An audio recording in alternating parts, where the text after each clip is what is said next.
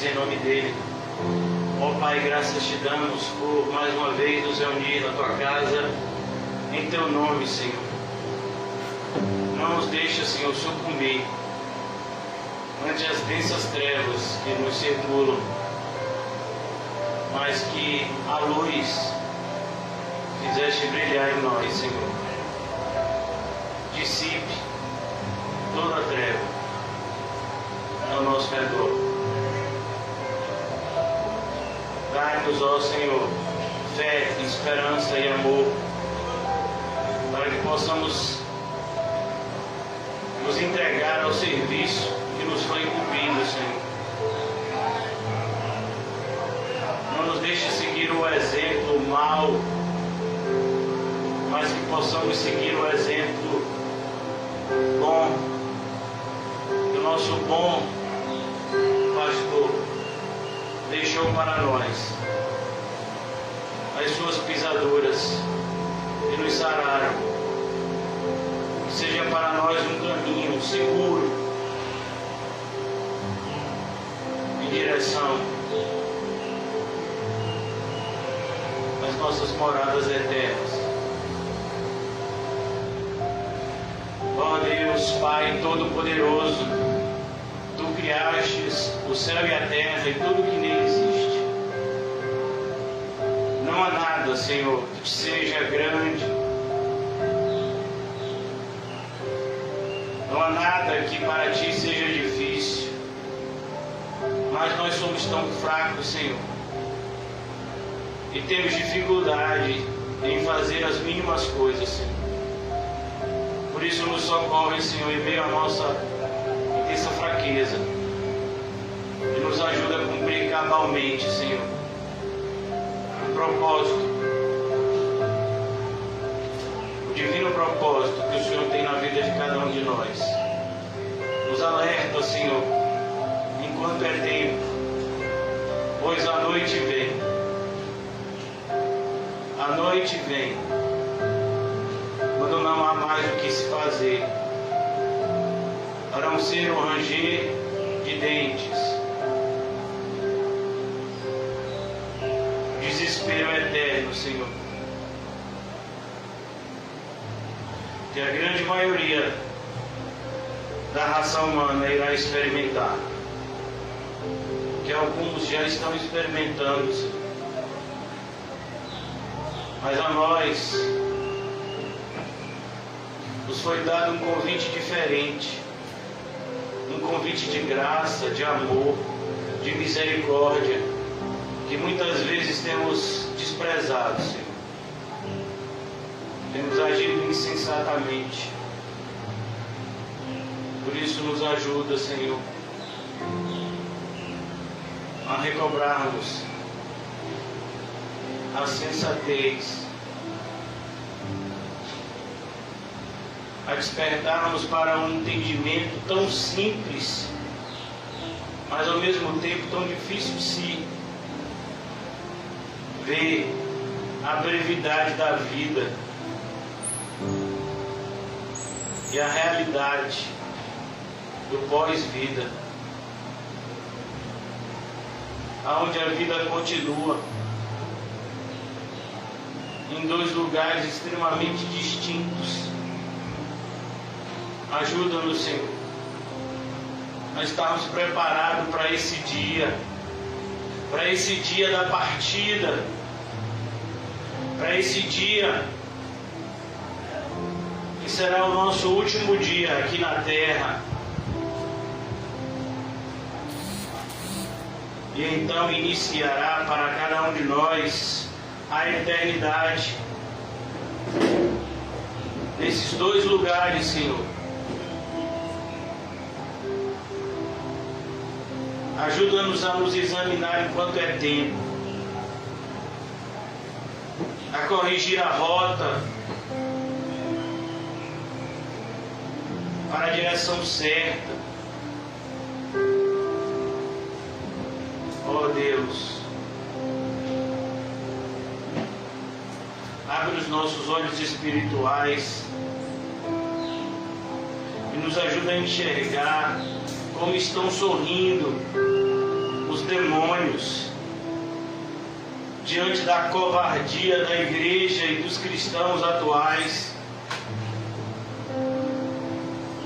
como se o Senhor não tivesse poder para fazer muito mais do que pedimos ou pensamos, Senhor. Que vergonha, ó Pai, que vergonha, Senhor.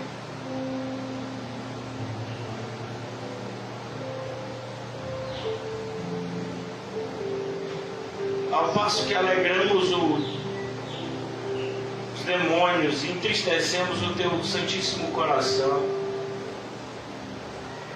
que isso não aconteça mais nas nossas vidas, Senhor, mas que ao contrário, possamos alegrar o Teu coração bendito, Senhor Jesus, e enfurecermos as trevas. Que para a Tua glória, Senhor, sejamos luz, e como luz possamos transportar tantos quanto nos for concedido, transportar das trevas para a luz, como uma vez fomos transportados, se é de fato que já o fomos. Seja tudo revelado nessa noite, Senhor, pelo Teu poder, que exercido por meio da Tua palavra, nos ajuda a discernir onde estamos na caminhada cristã e quem somos diante do Deus Santo. Ó Deus, que a Tua palavra ilumine o nosso caminho e nos ajude, Senhor, a firmar os nossos passos pela verdade e fugirmos o mais longe possível de toda mentira e de todo engano que esse mundo tenta nos seduzir por meio do seu príncipe. Ó Senhor Jesus, Tu que és o nosso bom pastor e as nossas veredas no caminho da Tua santa e reta justiça, em nome de Jesus. Amém e graças a Deus. Amém, irmãos. Eu queria antes avisar a vocês que a mensagem de hoje não vai ser fácil. Peço a vocês que reflitam bastante sobre ela, pois não me foi falar sobre ela, mas é necessário, enquanto ainda tenhamos tempo. E o título da nossa mensagem de hoje é uma conversa séria sobre céu e inferno. Mateus 22, versículo 14. Nós vamos começar a partir daqui. Eu queria que você fizesse essa pergunta a você mesmo. Quem garante que você vai para o céu? Talvez você me diga: não, pastor, somos salvos pela graça, mediante a fé. Isso é um dom de Deus. Eu tenho certeza absoluta e confio nessas palavras porque são bíblicas e procedem de Deus. Mas é nesse mesmo texto que nos é dito também que se de fato fomos salvos dessa forma, pela fé, pela graça, mediante a fé, é necessário que haja na nossa vida comprovação por meio de um caminho de boas obras. Está escrito em Efésios capítulo 2. E onde elas estão?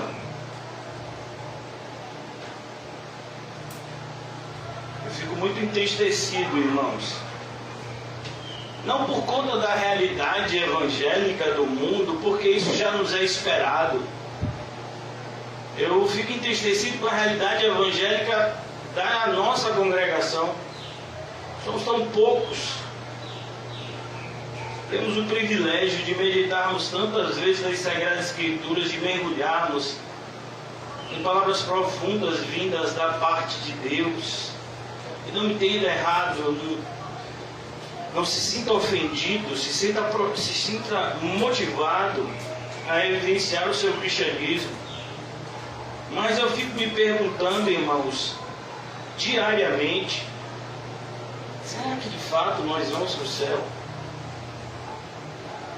Porque a gente não Sabe, pelo menos a grande parte das pessoas que eu conheço como cristãos, se apresentam como cristãos, algumas congregam na nossa igreja, outras não. Grande parte dessas pessoas, elas não têm qualquer tipo de diferença com o mundo.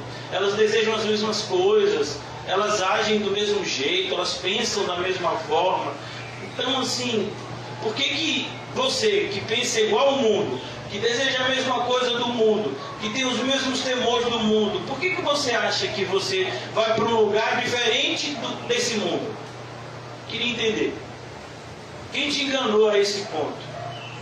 Perceba que esse tipo de engano, irmãos, não é novo. Não é um privilégio da igreja evangélica moderna, da igreja protestante. Não! Isso aconteceu tantas vezes no Antigo Testamento. O povo lá, na época de Juízes, achava que era de Deus, não era. O povo da monarquia achava que era de Deus, não era. Na época do reino dividido, tantos achavam que era de Deus e não eram, e finalmente só restou o pequeno reino de Judá. E nós temos o livro de Jeremias para nos mostrar que aquele povo que se dizia tanto de Deus, que se vangloriava tanto em ter o templo de Deus, o seu território foi completamente destruído. E hoje em dia nós nos vangloriamos muitas vezes porque temos a Bíblia, porque conhecemos os 5 pontos da Reforma Protestante. Alguns vão além e se vangloriam por conhecer as doutrinas da graça. Outros se vangloriam por ter lido a Bíblia toda várias vezes. Amém, irmão? Que bom para você. Mas eu quero saber qual é o resultado prático disso na sua vida.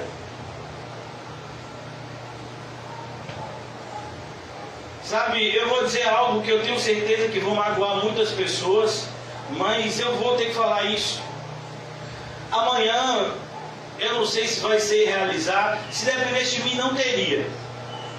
Mas como eu deixo a cargo das próprias mulheres da igreja essa decisão, amanhã terá ou teria uma reunião até aqui no Alto das Pombas pela primeira vez, do Ministério Feminino.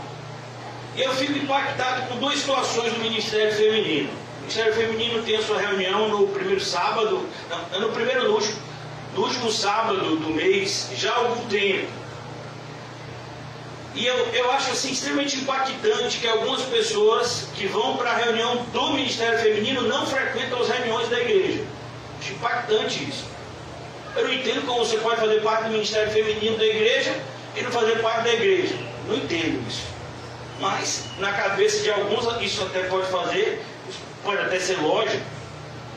Mas assim, o que me deixou bastante impactante foi o que aconteceu ontem. Ontem, Dona Maria, que é uma senhora que se diz cristã, e eu temo dizer que eu ainda não vi frutos na vida dela do seu cristianismo, e ontem eu tive mais convicção disso, porque a sua filha, que não é cristã, não conhece o verdadeiro evangelho, estava mais equilibrada do que ela precisava se vacinar. Ela já tinha combinado, eu combinei que me pediu ajuda e eu consegui que o irmão Kio fosse levar ela para vacinar. Falei com ela na quarta-feira e disse para ela, olha, na hora que o irmão puder, ele vai estar trabalhando, na hora que ele puder, ele vai passar aí, pegar a senhora e vai te levar. Com a maior boa vontade ele vai fazer isso. E quando era mais ou menos umas 9 para 10 da manhã, eu recebo uma ligação de gritaria, discussão na casa dela. A filha dela me dizendo que ela ia sair de qualquer jeito para tomar vacina e que não ia mais esperar ninguém. Eu disse, isso é um testemunho de alguém cristão. Como é que ela quer que alguém na casa dela seja crente? Com esse testemunho? Ah, pastor, passamos a luta, porque na minha casa só eu sou cristão. A senhora é cristã. Estou falando isso, irmão, com todo respeito. Eu não quero que ela vá para o inferno. Mas assim, como eu disse a vocês, o que mais me assustou, e voltando agora à questão, qual o papel do Ministério Feminino que não se organizou para levar Dona Maria para tomar a vacinação? Qual o papel então de se reunir todo último sábado? Brincar de ler a Bíblia? Não, vamos estudar aqui primeiro. Meu irmão, minha irmã, a gente já lê a Bíblia tantos dias aqui. Segunda, terça, quarta, quinta não tem, sexta, domingo 2 vezes. Sim, e agora tem o Ministério Feminino todo sábado. E sabia que alguém do Ministério Feminino tem a idade para ser vacinada. E por que não se organizou? Precisou um senhor de idade. Trabalha o dia todo, cheio de dores no corpo, porque ele está com dores fortíssimas na coluna, alguns dias sem condição de ir no médico. Precisou esse senhor, com o auxílio de outro irmão nosso, que disponibilizou o carro, porque esse senhor não tem carro, para levar ela para tomar a vacina. Cadê as irmãs da igreja? Alguns que têm até carro, que moram em casas boas, que têm condição financeira, que não ajudam na igreja em nada. Onde que elas estavam? Fazendo comida para os seus maridos? Paparicando os seus netos? Não, irmão, não tem isso não.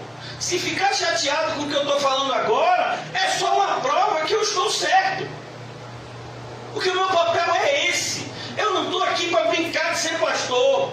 Eu não estou aqui para ficar ensinando teologia, como professor de matemática ensina matemática.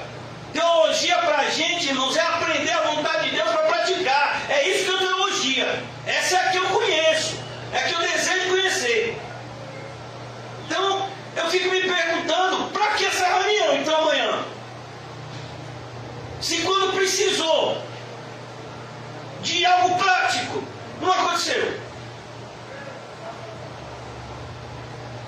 Então assim eu fico me perguntando, e aqui inevitavelmente a gente é levado a essa passagem,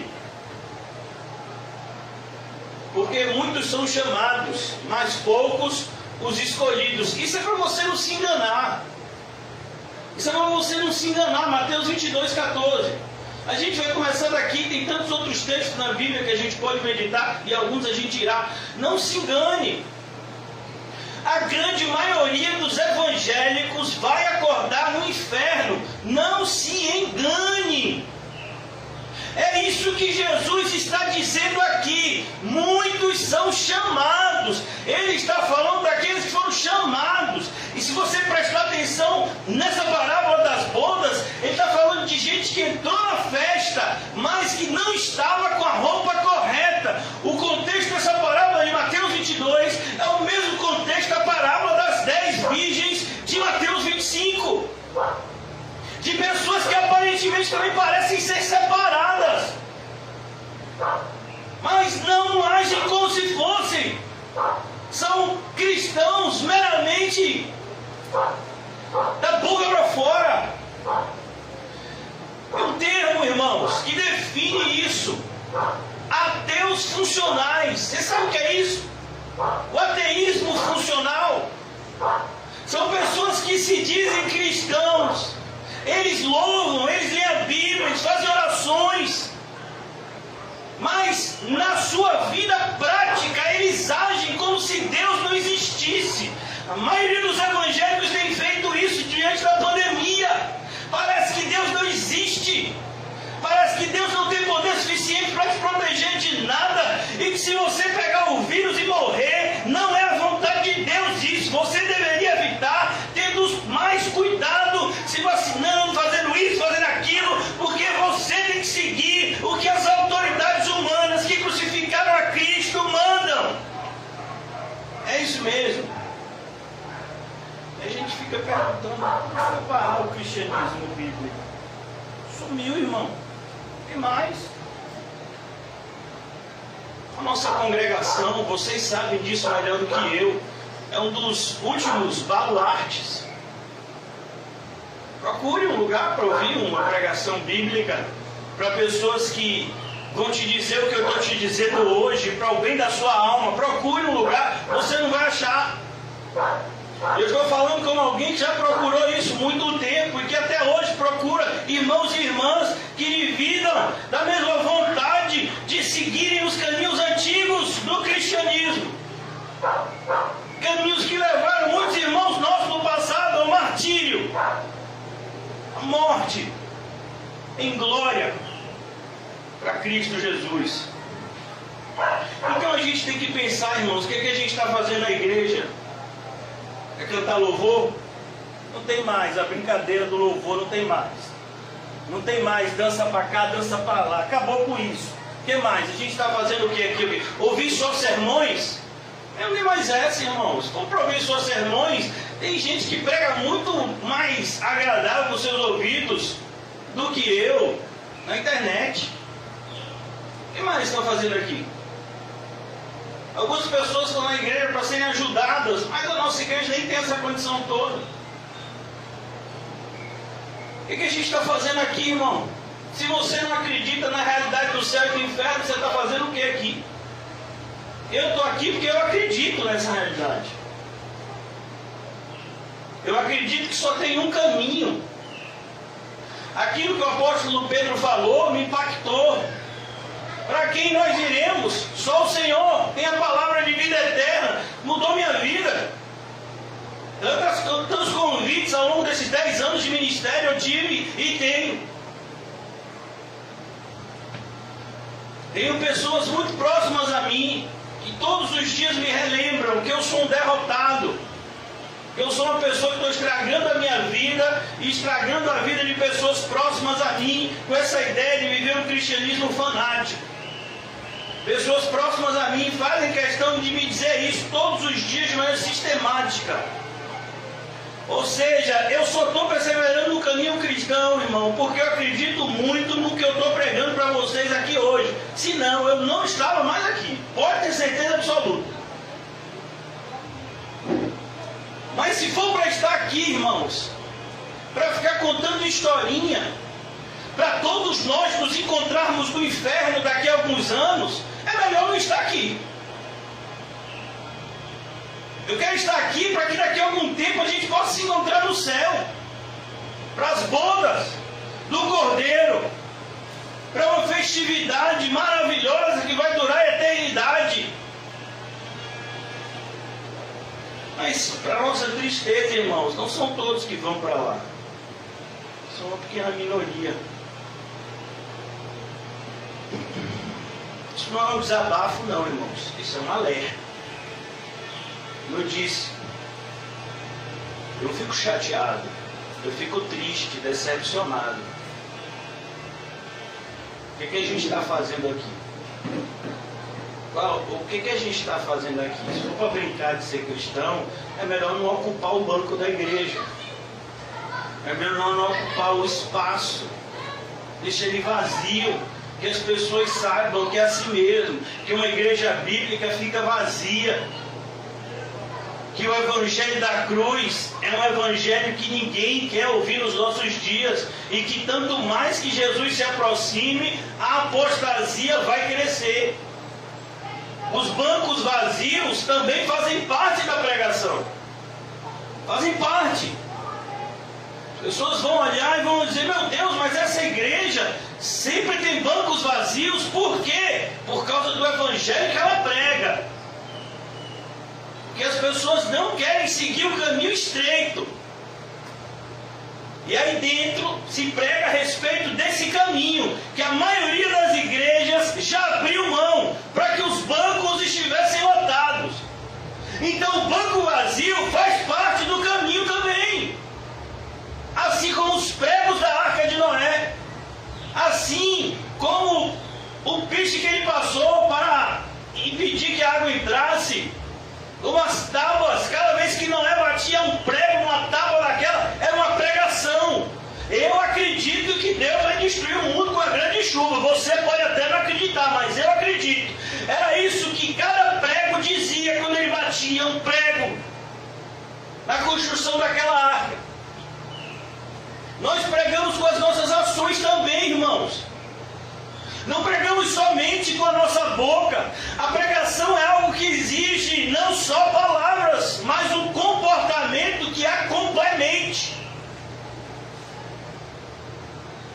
Isso tem faltado. Você pode encontrar até pessoas que falem palavras bíblicas, mas eles não vão te incentivar a viver de forma bíblica, porque eles mesmos não desejam fazê-lo.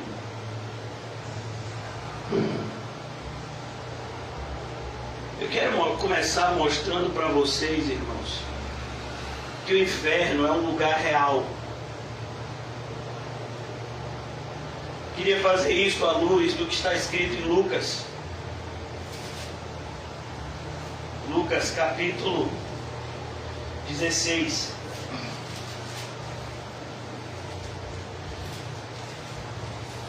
Muitas pessoas foram enterradas hoje. E essas pessoas que foram enterradas hoje, algumas delas, a maioria, tiveram a mesma experiência que eu vou descrever para vocês aqui. Lucas 16,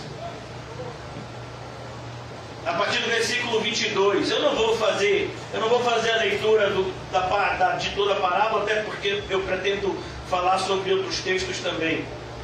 Aconteceu morrer um mendigo e ser levado pelos anjos para o seio de Abraão. Ele não foi para o céu, e o seio de Abraão aqui é o céu. Ele não foi para o céu porque ele era mendigo. Ele foi para o céu porque ele era temente a Deus. E por ser temente a Deus, ele teve uma vida de sofrimento e desprezo por parte dos homens. Isso significa ser cristão. Jesus disse: o mundo vai odiar vocês se vocês forem cristãos. Mas acontece que os cristãos de hoje não querem ser odiados, querem ser bem vistos e aplaudidos. Como eu disse, eles querem ser socialmente aceitos.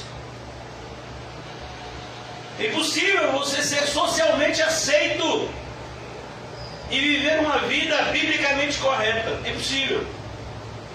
No inferno, aconteceu que Lázaro morreu e ele foi levado para os céus pelos anjos, mas morreu também o rico e foi sepultado. A quantidade de pessoas que foi sepultada hoje, elas morreram, o corpo delas foi sepultado.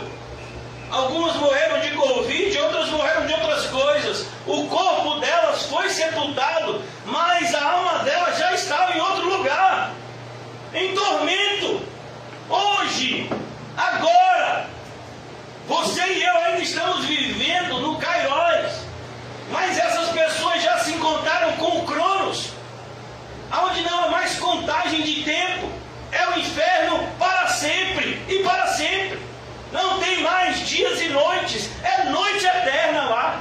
Assim como no céu vai ser um dia eterno. Agora já está acontecendo isso.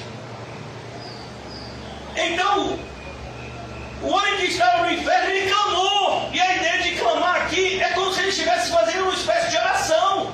Ele era um homem religioso. Porque a gente sabe disso, porque ele chamou Abraão de pai. Assim como os fariseus faziam. Nós temos um pai que era Deus, nós temos um pai que é Abraão, somos descendentes de Abraão. Os fariseus diziam isso quando estavam debatendo com Jesus.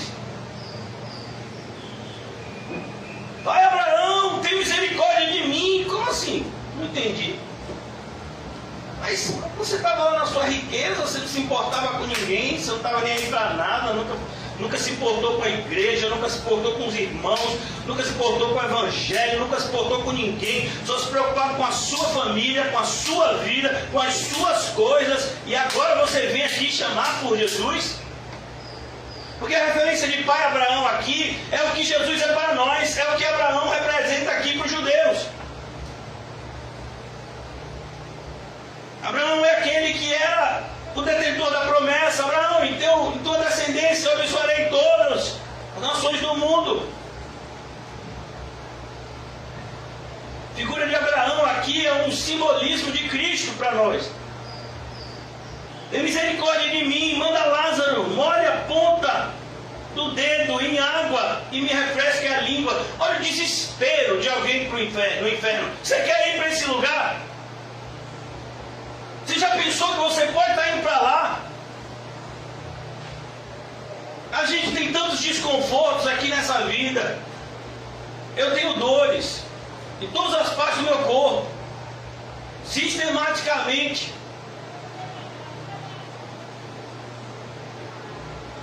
Mas nada se compara a isso, irmãos. Nada. A maioria dos evangélicos estão indo para lá. Quantas pessoas aí preocupadas com o Covid vão contrair o Covid, vão morrer de Covid, mesmo com todos os cuidados, e vão para o inferno, porque não confiaram em Cristo. Pessoas também que não tiveram cuidado nenhum vão ter Covid também, vão para o inferno, porque também não amaram a Cristo como deveriam. Não me entenda errado. Eu não estou pregando nem a favor nem contra o cuidado aqui. Eu estou pregando a favor de você confiar em Cristo e viver em amor por Ele. É isso que eu estou falando. Não existem lados aqui na igreja.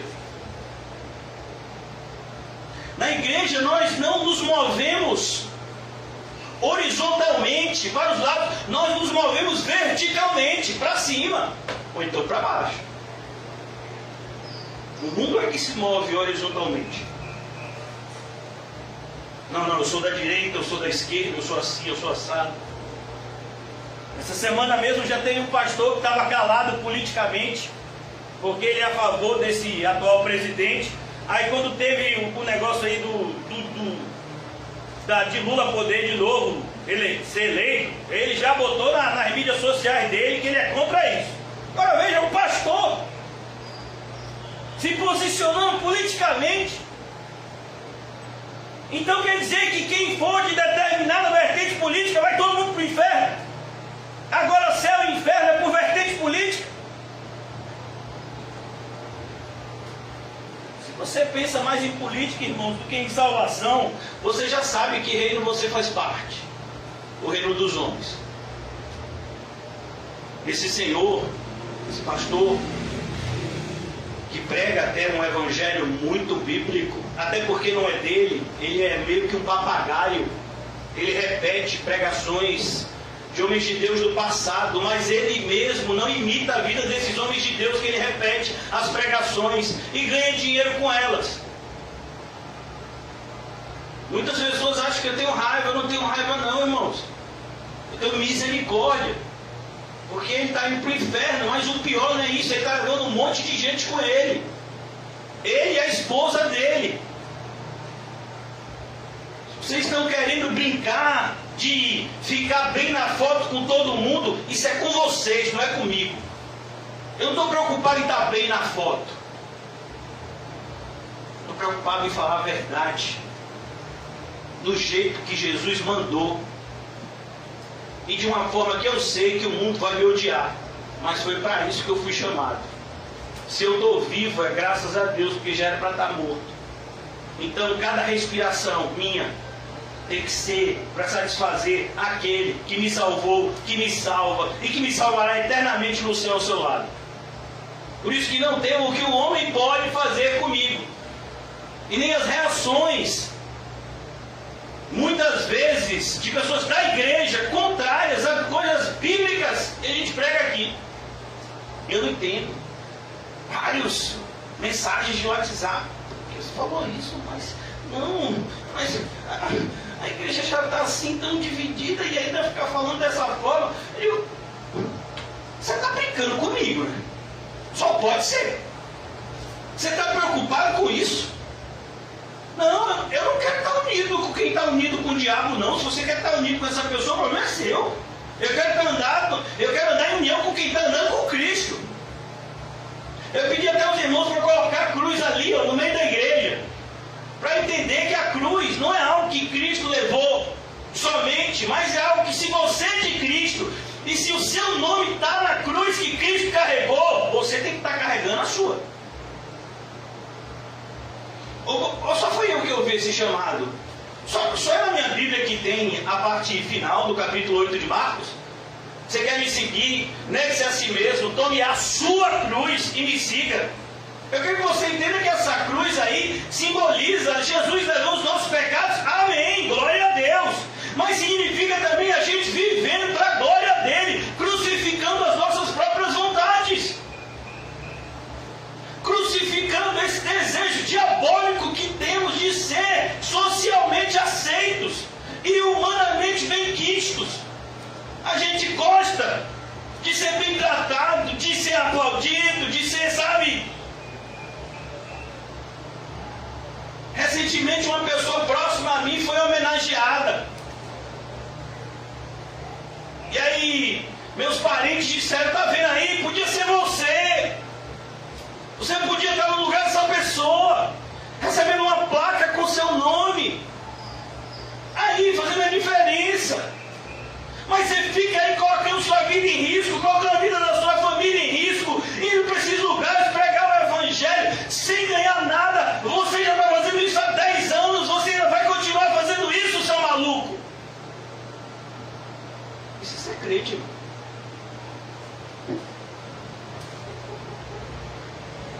Ao longo desses 10 anos, muitos tentaram me comprar com toda coisa que você imaginar. Com agrados, com bajulações, com ameaças. Mas eu sei em quem eu tenho crido. E a minha pregação é para despertar isso em vocês. Intimidade com aquele que salva vocês, se é que você é salvo. Então o rico está aqui no inferno. Pessoas foram enterradas hoje, elas estão aqui nesse mesmo lugar. Na mesma situação desse homem. Em desespero total. Sem entender muitas vezes o que está acontecendo com ela. Muitas pessoas que estão lá não entendem o que está acontecendo com ela. Mas por quê? Senhor, Senhor, em teu nome. Em meu nome. Em meu nome. Mas Senhor, eu ia para a igreja, eu fiz isso, tudo bem que na época do Covid eu me escondi embaixo da cama, mas assim, mas eu também sou crente, tudo bem que eu só me preocupava com a minha família, com os meus, mas eu também fazia alguma coisa pela igreja. Ah, tudo bem, né? Tudo bem? Tudo bem. É sério. Você já viu aqui como é o inferno, não viu? Eu quero mostrar para vocês um trecho aqui do livro do Apocalipse. Um lugar muito especial.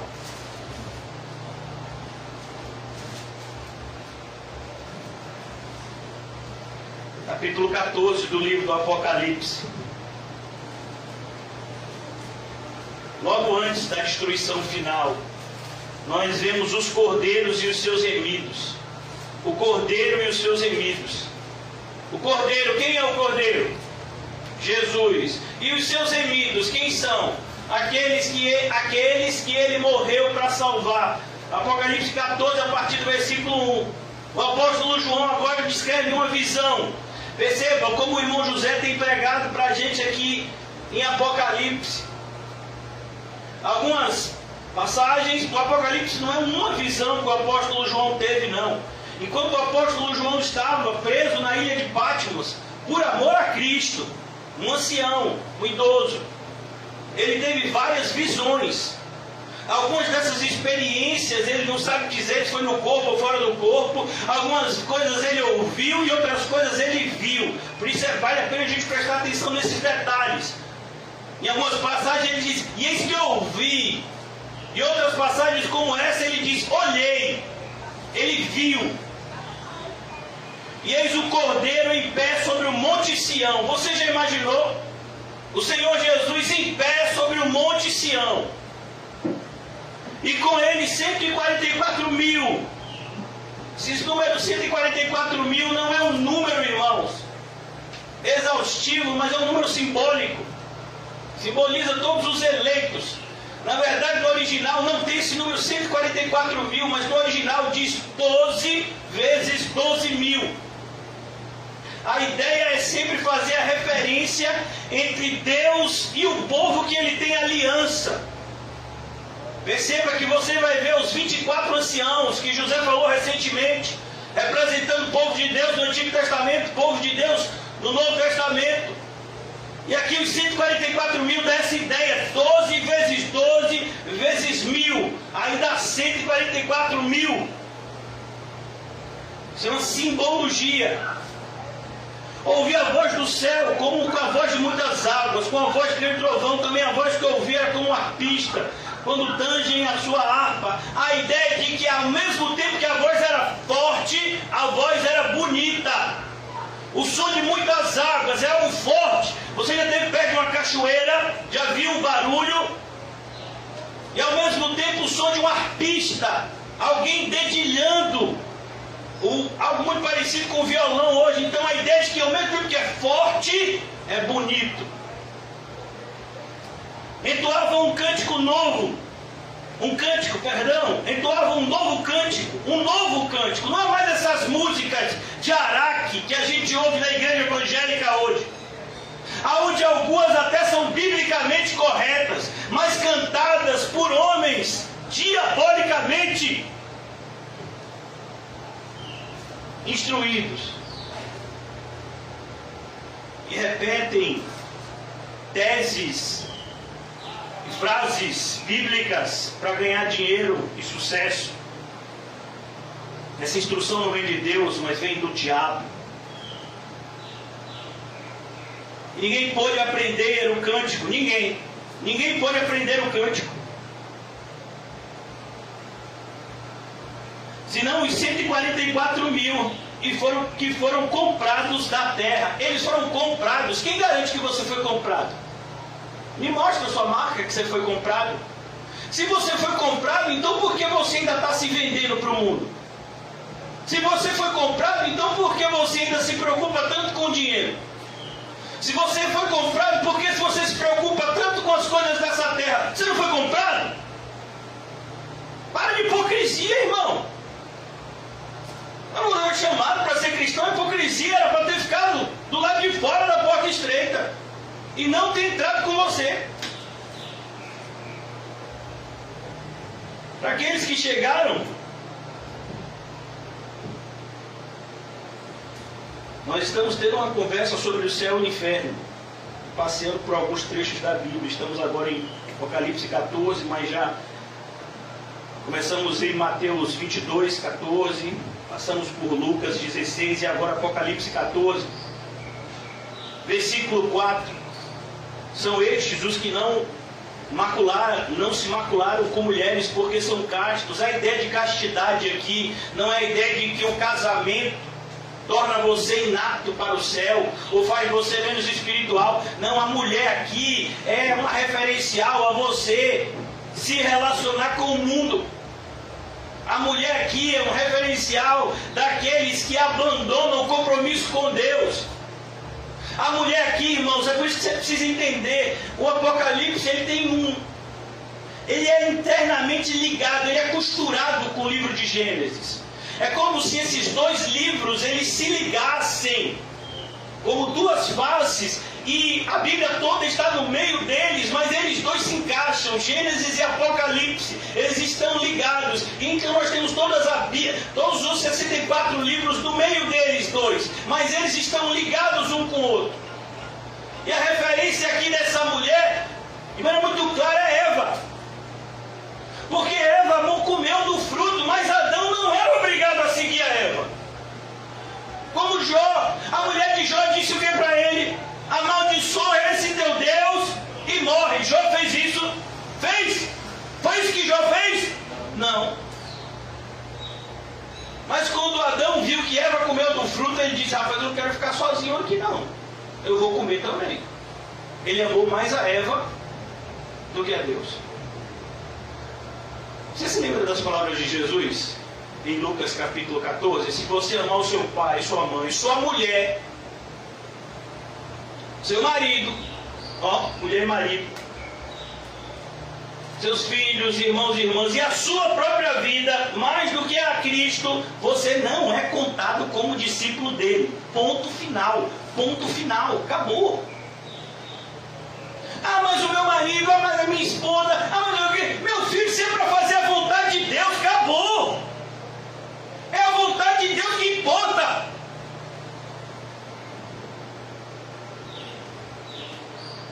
A gente vive de uma igreja onde a familiaritria impera. Rapaz, estou aqui tanto para a igreja, mas sabe como é, né? Eu não posso desagradar o meu marido, eu não posso desagradar a minha esposa. Como é? Não, eu não sei como é. Como é? Me diga aí. Me diga porque eu não entendi. Eu consigo entender o que Jesus falou, mas eu não consigo entender o que você está me dizendo, porque você achou que você que é luz ia viver uma vida agradando o seu cônjuge que é treva. É isso que você está me dizendo? É isso? Você que é luz achou que seu pai, sua mãe, seus filhos, irmãos e irmãs que não vivem na luz vão ficar felizes com você. Você se iludiu com isso, foi? Você se iludiu porque quis, porque Jesus avisou antes. Não era assim que as coisas iriam acontecer. Então, irmãos, esses aqui foram comprados. E como eu disse, eu mostrei para vocês em Lucas 16 quem está no inferno agora. Aquele rico está no inferno agora, assim como a maioria das pessoas que morreram hoje estão no inferno agora. Estão tendo a mesma experiência daquele homem de Lucas 16. Eles fecharam seus olhos, independentemente de qual foi o motivo da sua morte, se acidente de carro, se bala perdida, se queda, se Covid, se parada cardíaca, tanta morte, tantas causas podem ser, mas o lugar é o mesmo, inferno. Tiveram várias experiências, mas foram parar no mesmo lugar, com a mesma experiência, em tormento. Hoje aconteceu isso. Quando o coveiro enterra o corpo, a alma já está no inferno, ó, há muito tempo.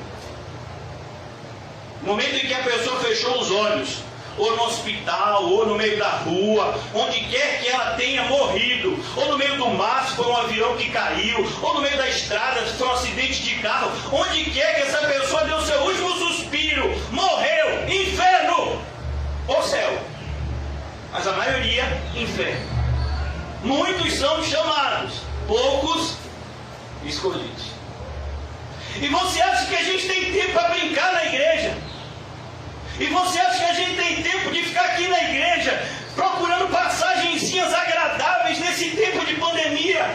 Estamos vivendo um tempo de pandemia, onde está todo mundo deprimido por causa do isolamento social, por causa disso e daquilo. Pastor, procure textos bonitos, pastor, para falar para a gente. Pô, irmãos, então você tem que procurar outra igreja. E minha preocupação não é com a satisfação da sua vida emocional. A minha preocupação é com a sua vida espiritual, se é que você tem. Só tem quem é regenerado. Essas pessoas estão no céu, e elas estão no céu porque elas foram compradas, porque elas não se misturaram com o mundo. Elas foram tentadas pelo mundo, mas elas não adulteraram. Como está escrito lá em Tiago capítulo 4: adúlteros e adúlteras, vocês não sabem que a amizade com o mundo é inimizade para com Deus? Vocês não sabem disso? Não é possível que vocês não sabem disso. A essa altura, é o que Tiago está dizendo. A essa altura do campeonato, vocês não sabem disso. Versículo 4. São estes os que não se macularam com mulheres, porque são castos. Eles não se deixaram seduzir pelo mundo. Eles disseram não para o mundo e se mantiveram santos. São eles, os seguidores do Cordeiro, por onde quer que vá. A ideia aqui, irmãos, está internamente ligado com o chamado de Cristo. Todo aquele que quiser me seguir, negue-se a si mesmo, tome a sua cruz e então me siga. Esses são os 144 mil, são esses que estão cantando um novo cântico, que ninguém sabe, que ninguém pode cantar, só eles, porque eles andaram com Cristo aqui na terra, eles vão viver com Cristo no céu. Mas se você não anda com Cristo aqui na terra, por que você acha que você vai viver com Cristo no céu? Por que você acha que você vai viver com Cristo no céu? Quem te iludiu? Pode ter certeza que não foi esse pastor aqui. São estes que não se macularam com mulheres porque são castos. São eles Os seguidores do Cordeiro, por onde quer que vá, são os que foram redimidos entre os homens, entre a raça humana, os que foram redimidos. Primícias para Deus e para o Cordeiro. E não se achou mentira na sua boca. Não se achou o que na boca deles? Mentira. Quando Paulo vai falar de escatologia com os Tessalonicenses, 2 Tessalonicenses capítulo 2, vocês lembram? Paulo diz, olha, Deus envia para os falsos crentes um juízo. Qual é? O espírito do erro. O espírito do engano, em algumas traduções. Para aqueles que não têm prazer na verdade, antes amam e se deleitam com o quê? Com a mentira. Eles deveriam amar a verdade, mas eles amam a mentira.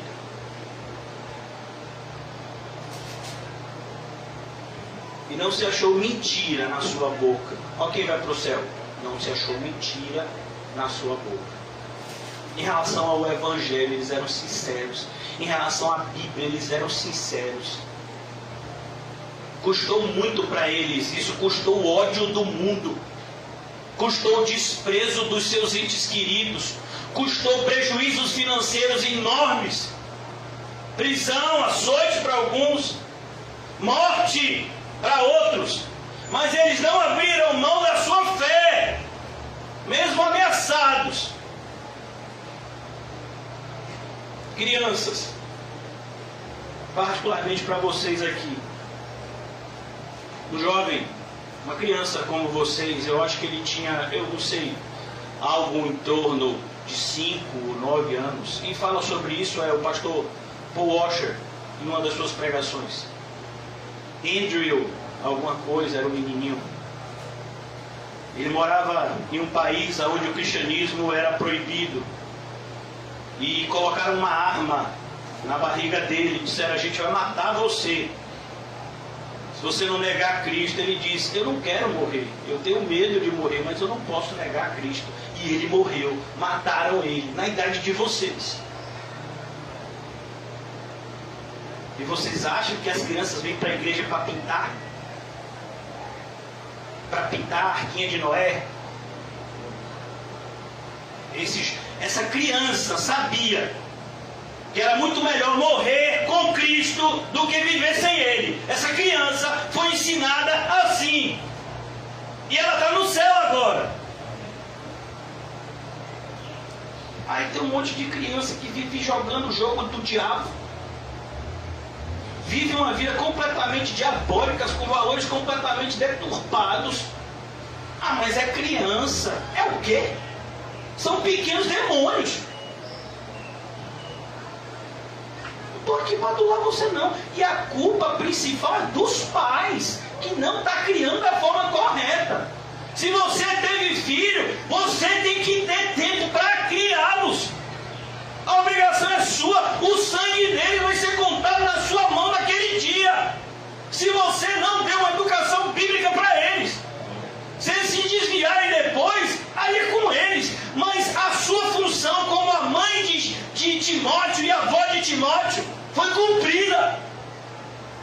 E olha que o marido dela era ímpio, viu? O pai de Timóteo era grego e era sabido de todos isso. Mas a avó e a mãe não deixaram de ensinar as Sagradas Escrituras para Timóteo. Percebeu? Essas duas mulheres são crentes. Hoje em dia, ministério feminino na igreja é um monte de mulher reunida para falar mal dos maridos, da casa, do pastor, da igreja.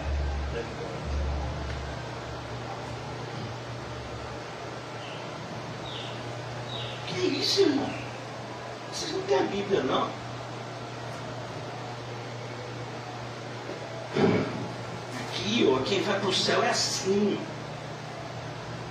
Eles são seguidores. Na boca deles não havia mentira. Eles tinham um lado. O lado deles era o lado da verdade. Ainda que o mundo inteiro estivesse contra eles, eles não abriam mão da verdade. Muitos deles foram assassinados, ou mártires. Não tem mácula. E eu quero concluir.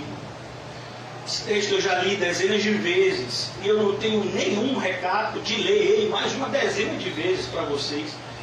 Porque eu tenho certeza que um dia, se vocês forem para o céu, vocês vão agradecer. Talvez hoje vocês não percebam a necessidade de ouvir tantas vezes esse texto. Capítulo 22 de Apocalipse é a última página da Bíblia. É a última parte da revelação de Deus.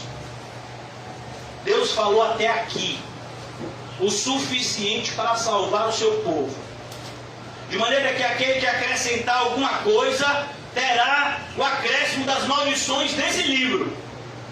E se alguém tirar alguma coisa até aqui, também será tirado da vida, da parte dele, o que cabe da salvação, e ele estará em condenação.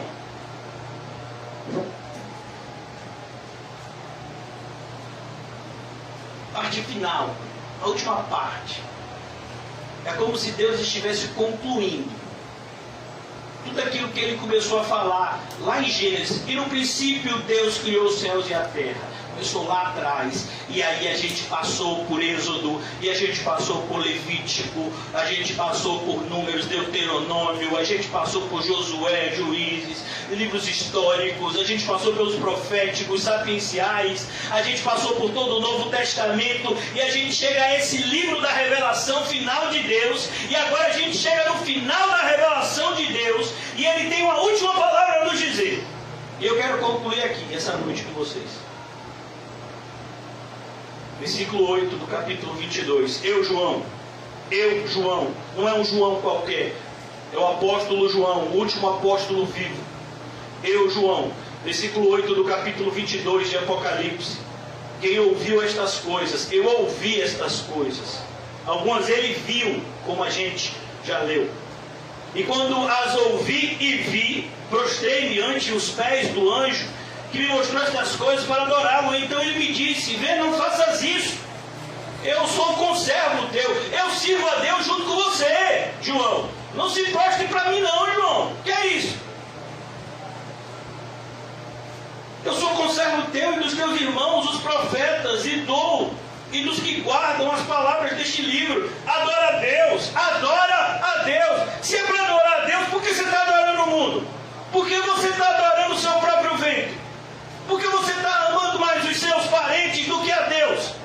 Porque você está amando mais o dinheiro do que a Deus. Pare de mentir para você mesmo. Seja sincero uma vez na sua vida e se arrependa. E disse-me ainda: não seles as palavras da profecia deste livro, porque o tempo está próximo. A ideia é: não feche o livro. Deixe aberto o livro. A ideia é: essa mensagem tem que ser propagada e não fechada. Essa mensagem só vai se fechar quando Cristo vier, e então ele vai concluir tudo aquilo que ele predisse. A ideia aqui é a mesma ideia de Mateus 28. Prega a palavra a toda criatura. Não feche, João. Não, abra a boca e pregue. Prega a palavra, quer seja oportuno, quer não. Repreende e exorta com toda a longanimidade de doutrina. Porque chegará um tempo, e esse tempo já chegou, em que não suportarão a sã doutrina, mas levantarão para si mestres, segundo as suas próprias concupiscências. Continue o injusto. Não é o que a gente tem vivido, irmãos. Continue o injusto. Continue o injusto, fazendo a injustiça. Continue o imundo, ainda sendo imundo. Não é assim. O pessoal dentro da igreja diz que é crente, diz que louva a Deus, diz que quer seguir a Cristo, abraça você, a paz do Senhor. Estou sentindo tanta falta das reuniões. É mentira. É injusto, está na prática da injustiça. Não mudou. O caminho continua no caminho da perdição. A conversão, a ideia de conversão significa mudança de direção. Ele ouviu a mensagem de Cristo, mas ele não mudou de direção. Ele continua indo em direção à condenação, porque o seu Deus é o próprio ventre. só se preocupa nas coisas da terra. É o retrato da igreja moderna. Ah, Deus. Continue o imundo, a ideia de imundícia, a ideia de contaminação. Você veio para a igreja para viver uma vida santa, e porque você está vivendo uma vida imunda, imoralidade, devassidão. As crianças ouvindo músicas imorais. Essa semana mesmo eu desci lá no meu prédio, tive uma conversa, 2 jovens, já há algum tempo eles têm feito várias coisas feias. Numa área de lazer do meu prédio que fica embaixo da janela, de onde Letícia tem feito os estudos dela. E ontem foi demais. E eu orei, eu digo, Senhor, eu não vou falar com eles, eu não quero criar atrito. E eu me encontrei com o pai deles, que é uma pessoa moralmente correta. Eu disse, meu Senhor, estou nada contra os seus filhos, muito pelo contrário, vi seus filhos crescerem. Mas eu crio minhas 2 filhas de uma maneira diferente desse mundo. Minhas filhas não falam palavrão. Minhas filhas não dançam essas músicas imorais. Elas nem gostam dessas coisas.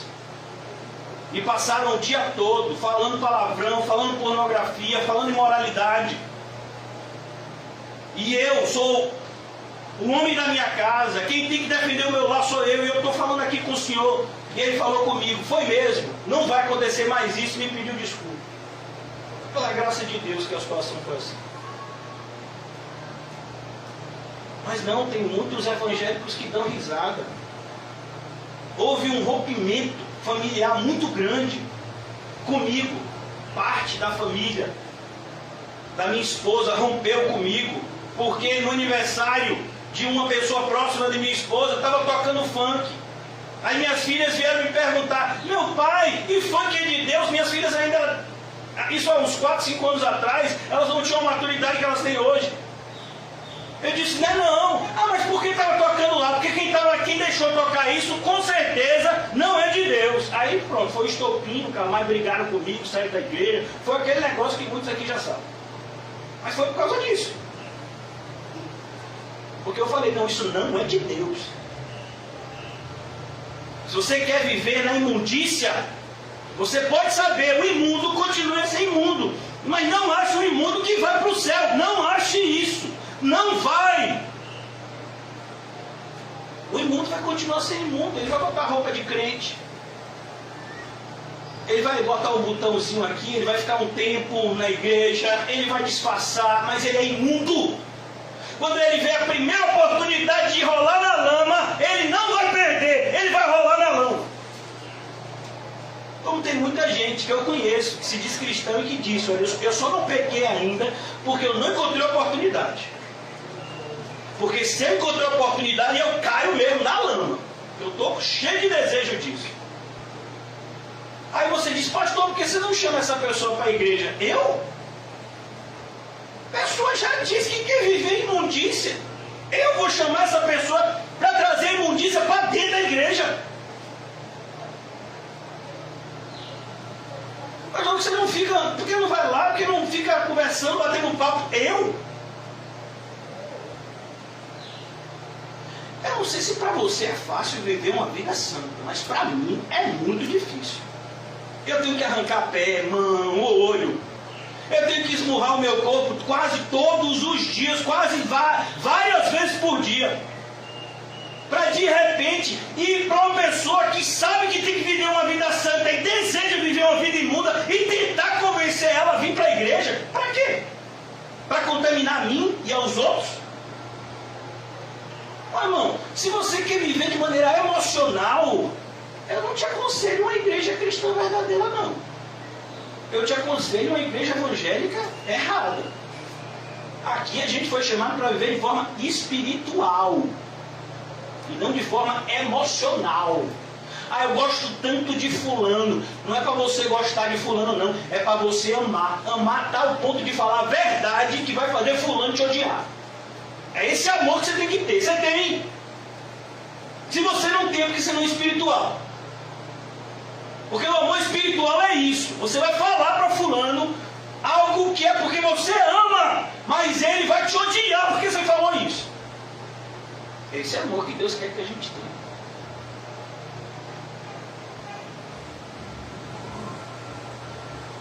Por que você acha que o injusto e o imundo vai deixar de ser injusto e imundo? A única forma disso é a regeneração.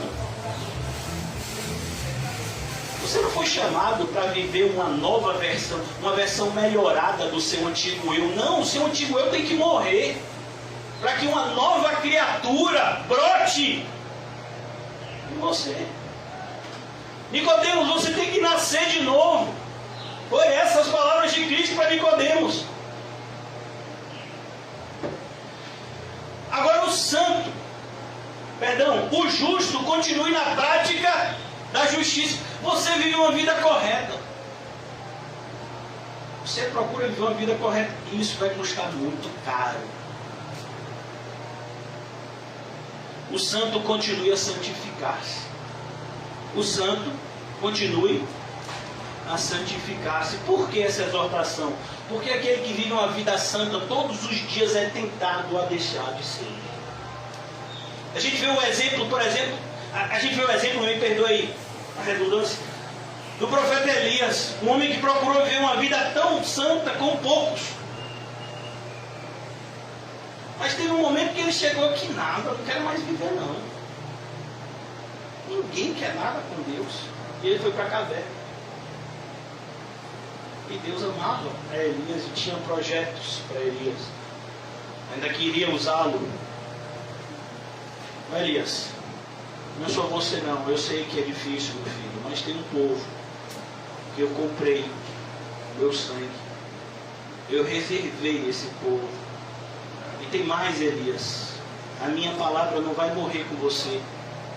Você vai ungir outro profeta para quando você encerrar o seu ministério, que não vai ser agora, ele dá continuidade à minha palavra de exortação para o meu povo. Não foi assim com Eliseu? O santo continue a santificar-se. E você acha que Jesus diz para a gente assim de maneira solta? Tem um versículo na Bíblia: lembrai-vos da mulher de Ló. Por que esse versículo na Bíblia? Não fala de Ló, não fala de Sodoma e Gomorra, e de repente ele diz: lembrai-vos da mulher de Ló. A mulher de Ló tinha tudo para ser salva. Deus enviou anjos, o seu próprio marido estava lá, os anjos seguraram na mão dela, mas ela olhou para trás.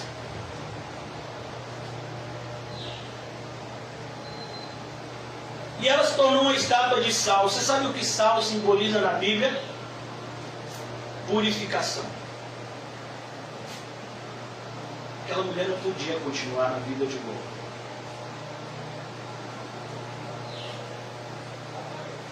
E eis que veio sem demora, versículo 12: e comigo está o meu galardão, que tenho a retribuir a cada um segundo as suas obras.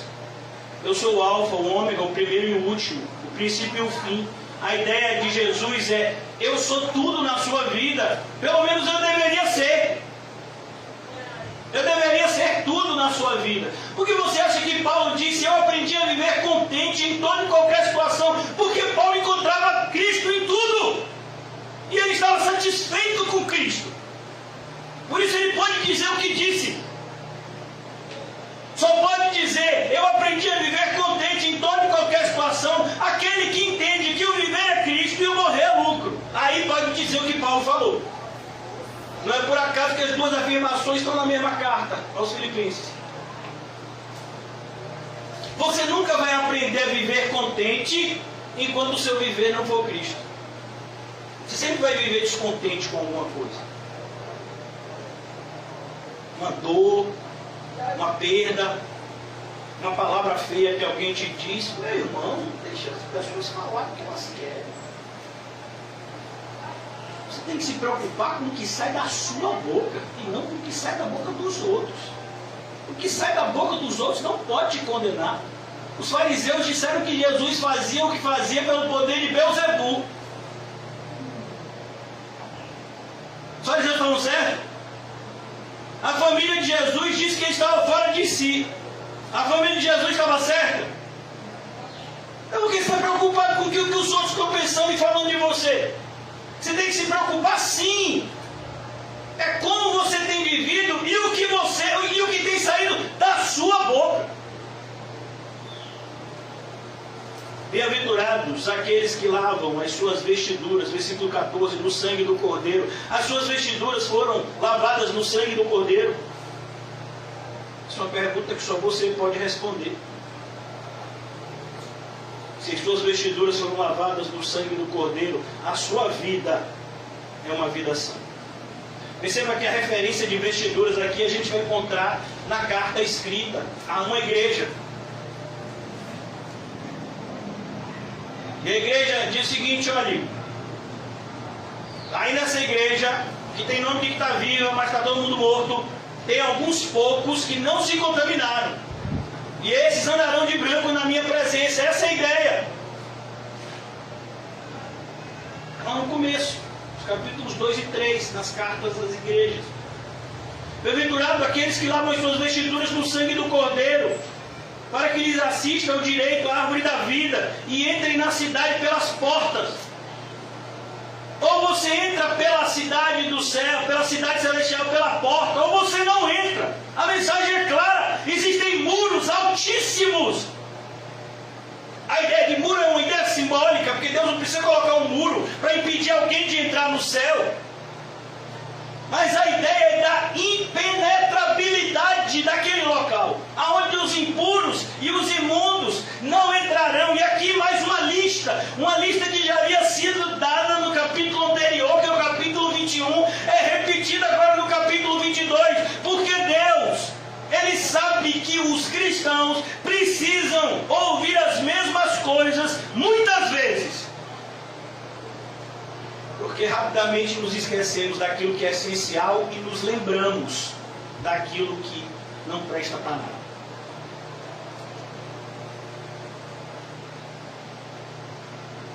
Fora, versículo 15, ficam os cães. Ah, tá vendo? Cachorro não entra. Não, não é isso. Os cães são aqueles que reagem violentamente contra a pregação do Evangelho.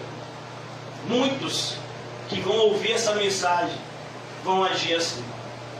Que não, você viu o que o pastor falou? Não, absurdo. Ele começou falando de coisas assim que ele podia ter tratado assim, sabe?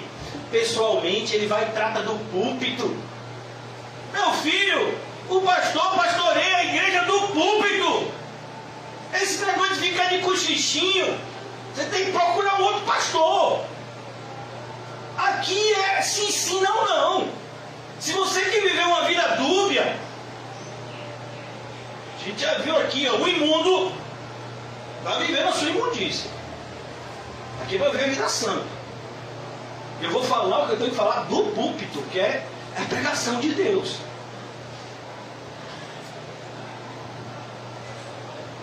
Os cães, aqueles que reagem violentamente contra a pregação do Evangelho. Já disse a vocês, ao longo desses 10 anos, eu tive tanta experiência nesse sentido. Tantas pessoas que se levantaram no meio da pregação. Pessoas que se levantaram no meio da pregação falando mal. Pessoas que saíram da pregação falando mal. Pessoas que depois da pregação começaram a se comunicar umas com as outras falando mal do pastor. Inclusive, uma das reuniões de mulheres que foi realizada, o assunto principal foi a figura desse pastor que vos fala. Como ele é carnal. Imagine. Se eu sou carnal e prego isso, imagine a carnalidade daqueles que estavam falando mal de mim por trás.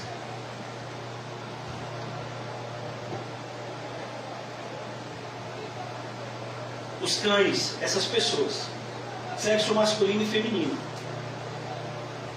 Os feiticeiros. Quem são os feiticeiros? São aqueles que acreditam que por meio de rituais eles vão alcançar objetivos agradáveis a ele. Não é isso que é uma feitiçaria? Por exemplo, quantos de vocês que assistem filmes estão acostumados com filmes com o título O Feitiço do Amor? Quem já assistiu aquele desenho do Shrek? Eu acho que é o Shrek 2. Que tem um feitiço, que é aquele Shrek, que é o ogro, que parece comigo, inclusive. Ele toma e ele vira um homem. Depois, a Fiona, ela que era princesa, ela vira ogra. Isso tudo é um feitiço. No Shrek 3 tem um outro feitiço, um tal de um Rumpelstiltskin. Nem sei falar direito o nome desse outro.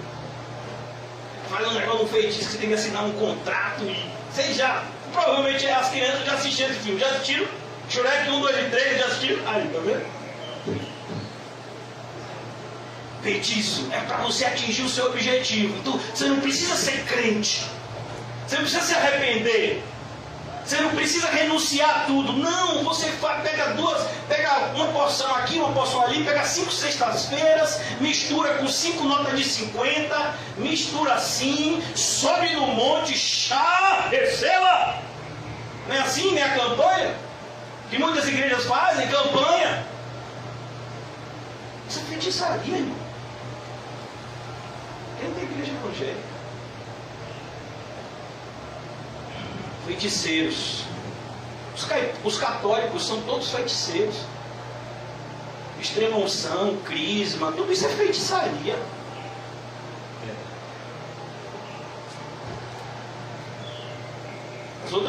As outras religiões, como o espiritismo e tantas outras, tudo feitiçaria, irmão. Os impuros, aqueles que desejam viver vidas ímpias, mesmo disfarçados de crentes. Os impuros, a pureza aqui fala de uma vida correta à luz dos valores morais de Deus. Porque deixa eu lhe dizer uma coisa, a moralidade não garante o céu, mas a moralidade bíblica é uma marca daqueles que vão morar no céu. Porque os imorais não vão para o céu. Então a gente fala, não pode ser, você não pode buscar ser apenas uma pessoa moral, uma pessoa de valores corretos. Claro, não só isso, você tem que ter mais do que isso, mas você tem que ter isso também. Que ideia é essa que você pode ser imoral, mas você é santo? Como assim? Não entendi.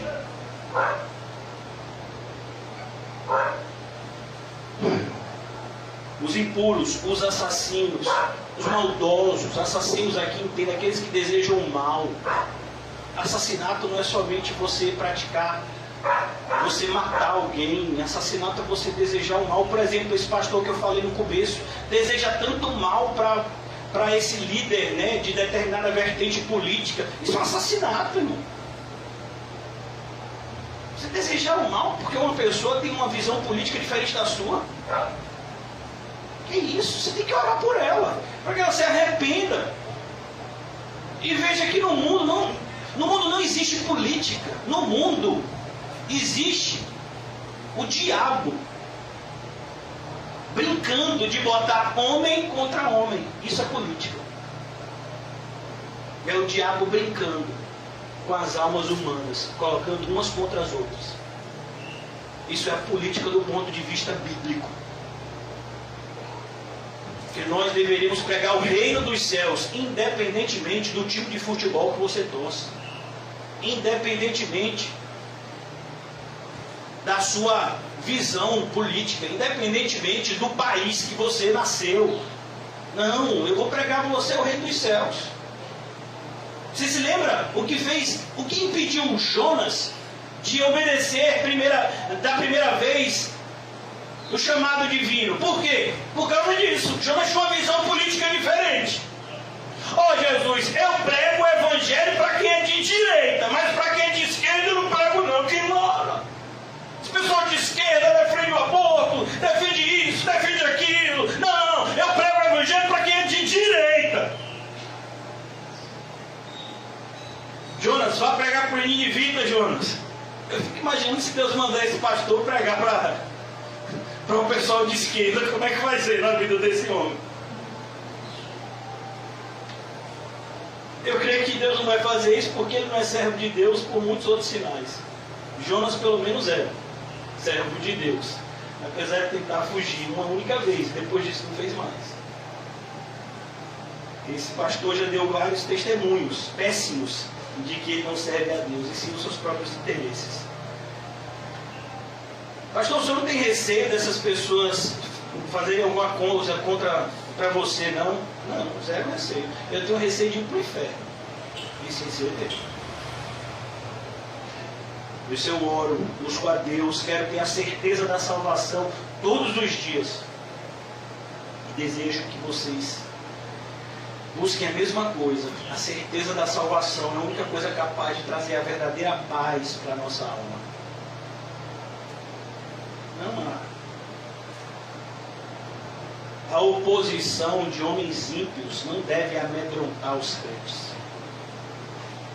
Os assassinos, os idólatras, pessoas que vivem em torno de ídolos. Tem pessoas que idolatram pessoas, líderes. Esse homem particularmente é idolatrado por muitos seguidores. Tudo que ele fala viraliza. As bobagens que ele e a sua Jezabel falam viraliza. E muitos outros. Muitas lideranças evangélicas que têm muito mais dinheiro e muito mais visibilidade do que ele, são idolatrados hoje em dia. Mas o principal ídolo, de longe, que tem dominado a igreja evangélica, é o ídolo do eu. As pessoas estão dentro da igreja, mas elas não adoram a Deus, como diz esse anjo. Não, elas adoram os seus próprios interesses. Eu quero uma boa família. Eu quero. Se eu tiver que sair da igreja para ter uma família boa, eu saio. Eu quero um bom salário. Eu quero uma boa casa. Eu quero uma boa saúde. Eu quero isso, isso e isso. E também quero ir para o céu. E também você não vai para o céu, não. Ou você vai para o céu, ou você busca outras coisas. As duas não dá. Jesus disse isso de maneira muito clara para qualquer pessoa que lê a Bíblia com o mínimo de seriedade. Buscai, pois, em primeiro lugar o reino de Deus e a sua justiça. Ou você busca o reino de Deus, ou você busca as coisas do mundo. As duas não dão. Já estou passando do horário há muito tempo, então eu concluí agora por conta desse toque de recolher aí. Que tem amedrontado a muitos.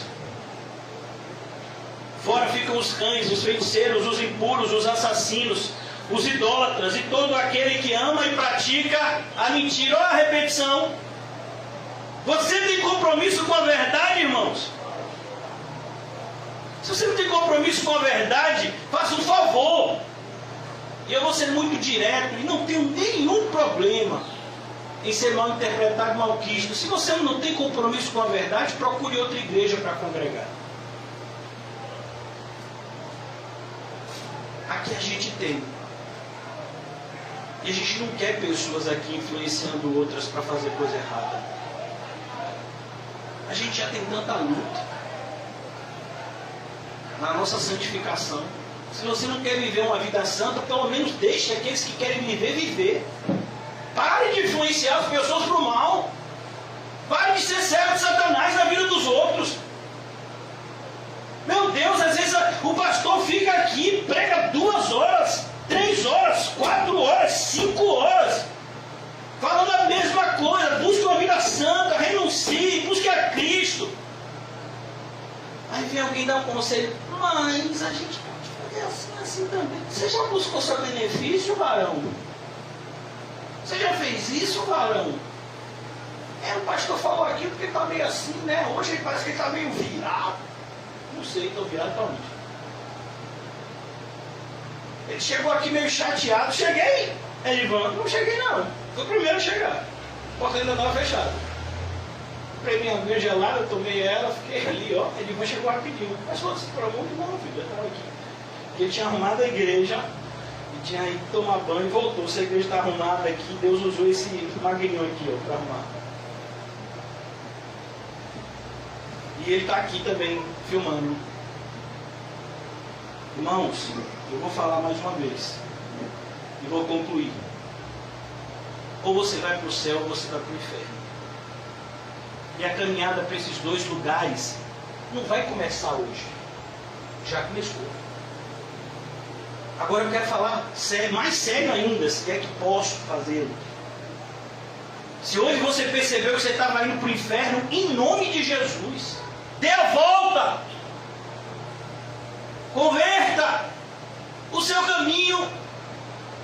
Se a luz da palavra de Deus, você viu que hoje você está contado com os condenados, não continue nessa obstinação diabólica, mas tenha a humildade de se arrepender.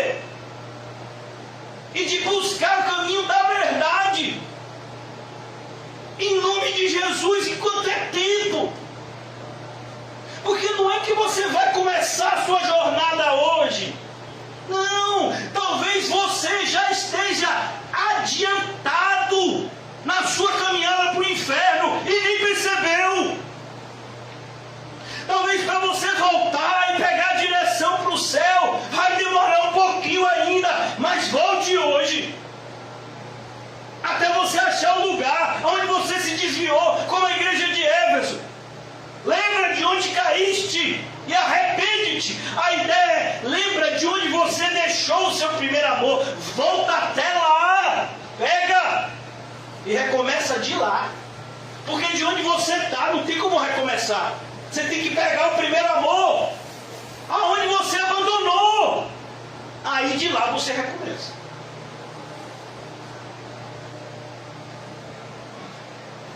Pensem seriamente a respeito disso.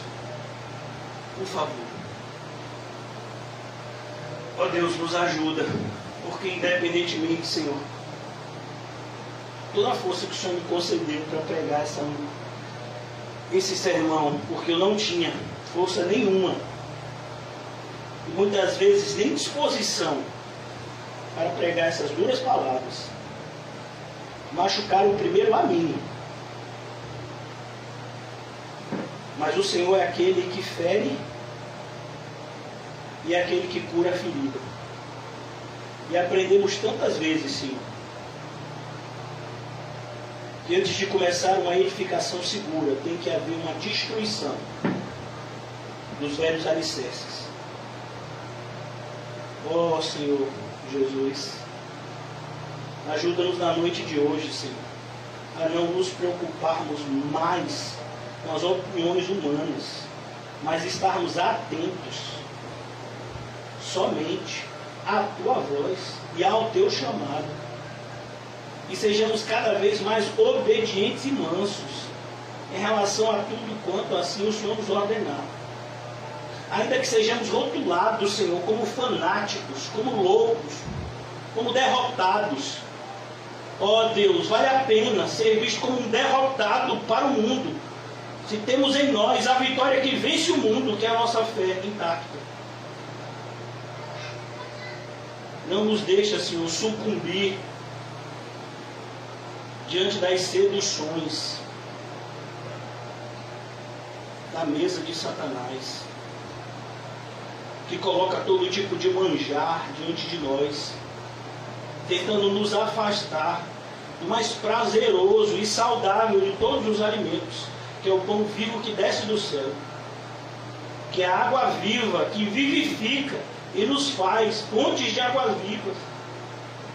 Ó Senhor, concede-nos a graça de enxergar de maneira definitiva que em Cristo Jesus nós temos a plenitude.